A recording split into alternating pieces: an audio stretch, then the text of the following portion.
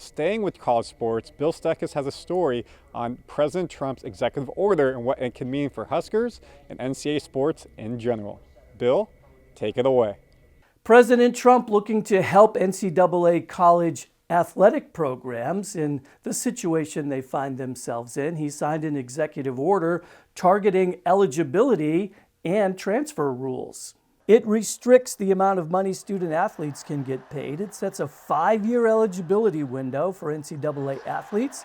It also restricts athletes to one transfer every 5 years. As part of the executive order, he's also pushing schools to prioritize women and Olympic sports regardless of revenue, and he calls on Congress to pass legislation to help with the cause. Husker coaches say something has to be done. And until we hear what exactly that means and what rules are in place, and, we're in constant communication with our compliance office. I think the rule, if I'm not mistaken, goes into place in August, if I'm not mistaken. So, we'll see how there's going to be a lot of developments and a lot's going to transpire. So, we'll be ready. Whatever the rules are, we'll be ready. I like that. It's a start, but still, it's about what, programs are offering. It's still pay for play out there. It's about leaving behind a legacy. I don't quite get it. For now, power conferences are in favor of it, including the Big Ten, which released this statement.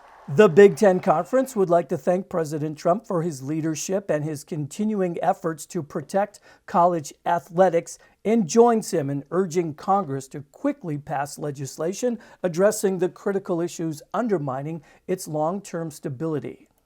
Consistent with President Trump's executive order, the Bipartisan SCORE Act thoughtfully addresses name, image, and likeness for student athletes, protecting academic and athletic opportunities provided through women's and Olympic sports programs, and expands resources to support student athletes on and off the field.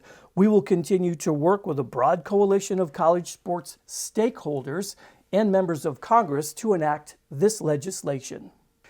We'll get updates as the language and rules filter their way down to the mats and the courses and the fields and the courts, and give you updates. It's all expected to take place in August.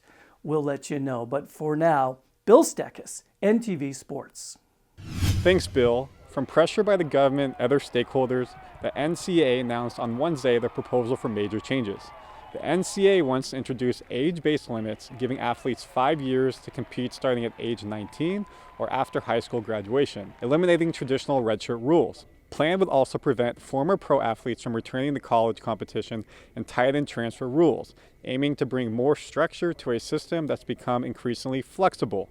Officials say the goal is to create clearer, more consistent eligibility standards as college athletics continues to evolve in the NIL and transfer portal era.